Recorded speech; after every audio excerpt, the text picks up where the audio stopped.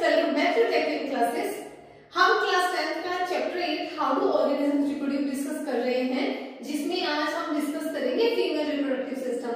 हम male reproductive system और sexual reproduction in flower ये सब हम डिस्कस कर चुके हैं। सारी वीडियोस चैनल पर हैं, आप चैनल पर जरूर विजिट करिएगा। और चलिए नोटबुक निकाल लीजिए, साथ साथ डायग्राम बनाइए और समझते जाइए। फीमेल रिप्रोडक्टिव सिस्टम, ये सारे फीमेल रिप्रोडक्टिव सिस्टम के पार्ट्स हैं। इसको फैलोपियन ट्यूब बोला जाता है, दोनों साइड लोकेटेड होती है, या फिर इसको ओविडक्ट भी कहा जाता है। ये ओवेरी है, उसके बाद ये आ गया यूट्रस, ये हो गया सर्विक्स, ये हो गया वेजाइना। ओवेरी से स्टार्ट करते हैं। ओवेरी का क्या फंक्शन है? ओवेरी का एक पेयर है जो कि both side of uterus located है। इसका काम है ओवम या फिर एग को प्रोड्यूस करना। ओवम या एग इसमें प्रोड्यूस किए जाते हैं जो कि फीमेल गैमेट है, और प्रोजेस्टेरोन एंड एस्ट्रोजन हार्मोन्स को भी ये रिलीज करवाता है। जो फीमेल सेक्स हार्मोन्स हैं उसको भी रिलीज करवाने का काम ओवेरी करता है। ओवेरी में हर मंथ एक एग प्रोड्यूस होता है। तो ओवेरी जो एग प्रोड्यूस करता है, ओविडक्ट उसको पुश करता है टुवर्ड्स द यूट्रस। यूट्रस ही वो जगह है जहां पर 9 मंथ तक बेबी की डेवलपमेंट होती है मदर बॉडी के अंदर। तो कहते हैं ना कि माँ के पेट में रहा बच्चा, वो पेट में नहीं, वो यूट्रस में रहता है, जिसको वोम भी कहा जाता है। तो यूट्रस क्या करता है ना, हर मंथ वो एक म्यूकस और ब्लड की लाइनिंग तैयार करता है अपने चारों ओर। ठीक है, अपने इसके सारे वॉल्स पर एक ब्लड और म्यूकस की लाइनिंग तैयार करता है। ये जो एग है इसके नरिशमेंट के लिए। यूट्रस का तो वही प्रोसेस है कि एग का प्रोडक्शन हुआ है हर मंथ फीमेल बॉडी में, जैसे एक एग का प्रोडक्शन होता है, वो किसी साइड भी हो सकता है, कई बार 2 भी हो जाते हैं ट्विंस के केस में, बट अभी हम एग्जांपल लेकर चल रहे हैं कि एक एग का प्रोडक्शन हुआ। तो उसको यूट्रस को ये कहता है कि अब एग का प्रोडक्शन हुआ है, ओविडक्ट से एग आएगा और यहाँ से स्पर्म, वेजाइना वो प्लेस है जहां से स्पर्म की एंट्री होती है। स्पर्म आते हैं बहुत सारे अमाउंट में, कुछ इस साइड जाते हैं, कुछ इस साइड जाते हैं। जहां पर एग है उसके साथ स्पर्म का फर्टिलाइजेशन हो जाता है। बहुत सारे एग स्पर्म्स होते हैं, बट उनमें से एक ही स्पर्म है जो कि फर्टिलाइजेशन करवाने में मदद करता है, फ्यूजन होता है जिसका। तो यूट्रस ने लाइनिंग तैयार कर ली। अब अगर स्पर्म एग को मिल गया है, उनका फ्यूजन हो चुका है, तो ये एग आकर यूट्रस की वॉल के साथ अटैच हो जाएगा, जिसको इम्प्लांटेशन कहा जाता है। जब फर्टिलाइज्ड एग यूट्रस की वॉल के साथ आकर अटैच हो जाता है, एम्बेड हो जाता है, तो इस प्रोसेस को इम्प्लांटेशन कहा जाता है। अब ये किसको बोलता है? प्लेसेंटा।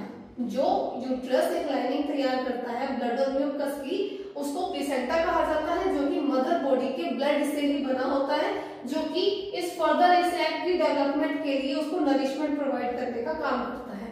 तो अगर एग फर्टिलाइज हो चुका है, वो यहाँ पर आ चुका है, तो ये सारा प्रोसेस चलेगा 9 मंथ तक। फर्दर इसको डेवलपमेंट होगी, एम्ब्रियो से बेबी बनेगा, पूरे उसके बेबी के पार्ट्स बनेंगे, और ये वेजाइना से ही वो फिर उसकी डिलीवरी होगी, वो बेबी बाहर आएगा 9 मंथ के बाद। सर्विक्स वो प्लेस है जो कि यूट्रस और वेजाइना के बीच में एक स्पेस मेंटेन करता है, ताकि ये दोनों आपस में जुड़े ना रहें। तो बीच में एक लाइनिंग है जिसको बोलते हैं सर्विक्स। और इन केस अगर ये एग फर्टिलाइज नहीं होता है, यूट्रस ने तो हर मंथ अपना काम करना ही है, उसने तो लाइनिंग तैयार करनी है, प्लेसेंटा को प्रिपेयर करना है, ताकि एग का इम्प्लांटेशन हो और उसको फर्दर उसको नरिशमेंट मिले। बट इन केस अगर नहीं हुआ, कोई स्पर्म यहाँ नहीं आया है, कोई रिलीज नहीं हुआ है, एग यहाँ पर नहीं आया है, अटैच नहीं हुआ है आकर, तो क्या होगा? हर मंथ ये जो एग जो ये लाइनिंग बनती है फिर वो शेड हो जाती है। 2 से 8 डेज लगते हैं। ये पूरी म्यूकस और ब्लड से बनी जो ये शेडिंग है ये ब्रेक हो जाती है और वेजाइना के थ्रू बॉडी से बाहर आ जाती है। इस प्रोसेस को मेंस्ट्रुएशन कहा जाता है। जो फीमेल में हर मंथ पीरियड्स आते हैं, ये मेंस्ट्रुअल साइकिल जिसको बोलते हैं, वो चलती है, वो इसी के थ्रू चलती है कि अगर एग फर्टिलाइजेशन नहीं हुआ है, एग फर्टिलाइज नहीं हुआ है, इसका फर्टिलाइजेशन नहीं हुआ है, तो ये जो लाइनिंग है वो ब्रेक डाउन हो जाती है और बॉडी से ब्लड है, जो एक्स्ट्रा ब्लड है, वो बाहर आ जाता है, और फिर नेक्स्ट मंथ फर्दर यही प्रोसेस फिर से स्टार्ट हो जाता है। आई होप आपको ये डायग्राम अच्छे से समझ आ गया होगा। अब हम इसके पार्ट्स की बात कर लेते हैं डिटेल में। फीमेल रिप्रोडक्टिव के पार्ट्स का डिस्कस कर लेते हैं कि क्या क्या फंक्शन है इनके। ओवेरीज पेयर्ड है, ओवल शेप्ड ऑर्गन है, एग को प्रोड्यूस करते हैं और सिक्रेट करते हैं हार्मोन्स एस्ट्रोजन और प्रोजेस्टेरोन। ओवेरीज का काम है एग को प्रोड्यूस करना और दो हार्मोन्स रिलीज करना जिसका नाम है एस्ट्रोजन एंड प्रोजेस्टेरोन, ठीक है। उसके बाद है ओविडक्ट या फिर इसको फैलोपियन ट्यूब भी कहा जाता है। ये भी पेयर होती है, दो होती है दोनों साइड पे। It carries egg from the ovary to uterus. Ovary से एग को यूट्रस तक ले जाने का काम कौन करता है? ओविडक्ट या फिर fallopian tube. It is the site of fertilization और फर्टिलाइजेशन भी इसी में ही हैपन होता है, इसी में ही होता है फर्टिलाइजेशन। जब स्पर्म आता है वो वेजाइना से स्पर्म की एंट्री होती है तो वो फैलोपियन ट्यूब में जाएंगे एग को ढूंढते ढूंढते, तो वहां पर उनका फ्यूजन होगा, फर्टिलाइजेशन की साइट है, इसीलिए इसको बोला जाता है। उसके बाद uterus hollow pear shaped bag like structure है जहां पे ग्रोथ और development of the foetus, foetus यानी कि एम्ब्रियो, वो जो बेबी है, वो जो एक सेल है अभी बेबी में डेवलपमेंट होना है जिसका, उसको बोला जाता है फीटस, ठीक है। उसकी पूरी ग्रोथ और डेवलपमेंट जिस जगह पर होती है मदर बॉडी में उसको यूट्रस कहा जाता है, उसको यूट्रस कहा जाता है या फिर इसको वोम भी कहा जाता है। उसके बाद वेजाइना, ये स्पर्म रिसीव करती है मेल पार्टनर से और serves as birth canal. Birth canal यानी जब बेबी 9 मंथ का हो जाता है तो जब उसका डिलीवरी का टाइम आता है तो वेजाइना से ही वो बेबी बाहर आता है फीमेल बॉडी से। उसके बाद सर्विक्स नैरोर पोर्शन है जो कि वेजाइना में ओपन होता है, यूट्रस और वेजाइना के बीच का स्पेस है। आई होप आपको ये अच्छे से समझ आ गया होगा। ओवेरीज है, एग प्रोड्यूस करती है, दो हार्मोन सीक्रेट करती है, estrogen and progesterone. Oviduct carry करती है egg from the ovaries to the uterus, ovary से यूट्रस तक एग को लेकर जाती है और ये साइट ऑफ फर्टिलाइजेशन भी है। यूट्रस का क्या काम है? ये डेवलपमेंट और ग्रोथ के लिए है फीटस की, इसी जगह पर वो टेक प्लेस होती है। वेजाइना स्पर्म को रिसीव करती है मेल पार्टनर से और बर्थ कैनाल का काम करती है, बेबी यहीं से ही बाहर आता है। सर्विक्स नैरोर पोर्शन है जो कि वेजाइना में ओपन होता है। अब फर्टिलाइजेशन की प्रोसेस को डिस्कस कर लेते हैं कि ये कैसे होता है। फर्टिलाइजेशन का क्या मीनिंग है? जब मेल गैमेट और फीमेल गैमेट फ्यूज होते हैं to form a zygote is called fertilization. Male parent हमें पता है क्या प्रोड्यूस करता है? स्पर्म, और फीमेल पेरेंट प्रोड्यूस करती है ओवा। इन दोनों का फ्यूजन होता है टू फॉर्म अ जायगोट, इसी को ही फर्टिलाइजेशन कहा जाता है। स्पर्म एंटर करता है from the vagina and reaches to the ova. Sperm female body में वेजाइना से एंटर करता है और फिर ढूंढते ढूंढते एग के पास पहुंचता है।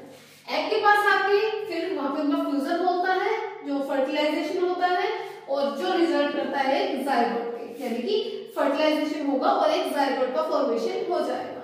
अब ये जो जायगोट है बहुत सारी डिवीजन होती है इसमें to form an embryo. Embryo बनने के लिए इसमें बहुत सारी डिवीजन होती है, एक सेल होती है पहले इसमें, 1 से 2 सेल, 4 से 8 सेल, तो इस तरह से सेल्स की डिवीजन होती है एम्ब्रियो बनने के लिए। अब जब वो एम्ब्रियो तैयार हो गया, वो जो जायगोट था वो तैयार हो गया, उसको मैंने अभी बोला था ना कि यूट्रस की वॉल पर जाके वो अटैच हो जाएगा। The embedding of embryo on the wall of uterus is called implantation. जब फ्यूजन हो गया उनका, जायगोट का फॉर्मेशन हो गया, वो जो एम्ब्रियो है वो जाकर यूट्रस की वॉल के साथ अटैच हो जाएगा, उस प्रोसेस को इम्प्लांटेशन कहा जाता है। अब ड्यूरिंग प्रेगनेंसी में जो प्लेसेंटा है जो कि यूट्रस है वो उसकी वॉल्स पे उसने एक पूरी ब्लड और म्यूकस से थिक लाइनिंग तैयार कर दी थी for the nourishment of an embryo. तो वो जो प्लेसेंटा उसको कहा जाता है, वो पूरी प्रेगनेंसी के टाइम में मदर बॉडी का ब्लड लेकर एक उसमें विलाई जैसे स्मॉल इंटेस्टाइन में नहीं होती है जो उसकी अंडरवाई लेयर होती है उसमें फिंगर लाइक प्रोजेक्शंस होती है for the increase surface area, उसके लिए विलाई होती है। वैसे ही प्लेसेंटा में भी विलाई प्रेजेंट होती है जो कि मदर बॉडी से ब्लड लेती है और फर्दर उस फीटस को, उस एम्ब्रियो को नरिशमेंट प्रोवाइड करती है। अब development of child inside mother's body takes approximate 9 months in humans. Humans में कम से कम 9 महीने लगते हैं वो पूरी बेबी की बॉडी के अंदर डेवलपमेंट होने के लिए। उसके बाद स्ट्रॉन्ग रिदमिक कॉन्ट्रैक्शन होती है यूट्रस में जो कि चाइल्ड बर्थ करवाती है, यानी जब पूरा 9 मंथ का पीरियड हो गया यूट्रस में पूरी रिदमिक कॉन्ट्रैक्शंस होगी, रिलैक्सेशन कॉन्ट्रैक्शंस होंगी ताकि वो बेबी को बाहर आने का टाइम आ गया है, तो उस टाइम पर रिदमिक कॉन्ट्रैक्शन होती है यूट्रस में, फिर रिजल्ट क्या रहता है? बेबी का बर्थ हो जाता है। तो इस पूरे प्रोसेस से आप इस दुनिया में आए हो, आपके हम सब इस दुनिया में इसी प्रोसेस से होकर आए हैं। आई होप आपको ये फर्टिलाइजेशन का प्रोसेस अब अच्छे से समझ आ गया होगा। तो ये बहुत ही इंपॉर्टेंट टॉपिक है कि what happens when the egg is not fertilized. अभी तक हमने ये पढ़ लिया कि एग फर्टिलाइज हो जाएगा तो 9 मंथ में एम्ब्रियो नरिश होगा पूरा, फिर बेबी का बर्थ होगा। बट अगर एग फर्टिलाइज नहीं होगा तो क्या होगा उस एग का?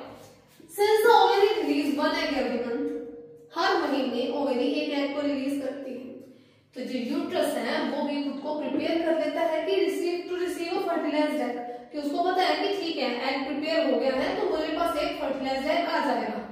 तो वो अपनी लाइनिंग को थिक बना लेता है, ब्लड और म्यूकस से अपनी लाइनिंग को पूरी थिक बना लेता है for the nourishment of embryo. If egg is not fertilized, अगर एग फर्टिलाइज नहीं होगा, कोई भी स्पर्म फीमेल बॉडी में एंटर नहीं करेगा, तो it lives only for 1 day. तो वो जो एग है वो सिर्फ एक दिन तक रहता है, उसके बाद उस एग का क्या होता है ना। However the lining is not needed.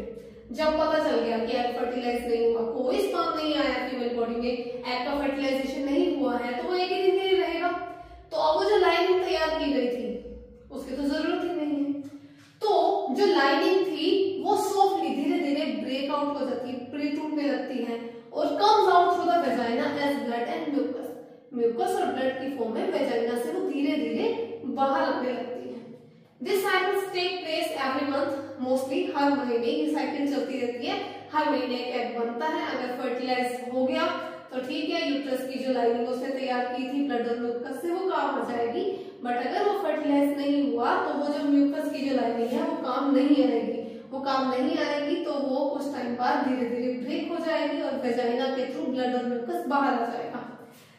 And is known as menstruation. इस प्रोसेस को मेंस्ट्रुएशन कहा जाता है। It usually last for about 2 to 8 days, 2 से 8 दिनों तक ये प्रोसेस रहता है बॉडी के अंदर, फीमेल बॉडी के अंदर। फिर नेक्स्ट मंथ से वही स्टार्ट, एग का फॉर्मेशन हुआ, फर्टिलाइज हो गया तो ठीक है, नहीं हुआ तो फिर इसी तरीके से मेंस्ट्रुएशन हो जाता है। ये क्वेश्चन इसको ऐसे भी आ सकता है कि what happens when the egg is not fertilized, या फिर मेंस्ट्रुएशन क्या है, मेंस्ट्रुअल साइकिल क्या है, इसको एक्सप्लेन करें। तो आप इसको नोट डाउन कर लीजिए, इंपॉर्टेंट क्वेश्चन है। नेक्स्ट टॉपिक है हमारा रिप्रोडक्टिव हेल्थ। रिप्रोडक्टिव हेल्थ क्या होती है? The state of physical, mental and social fitness leads to healthy reproductive life.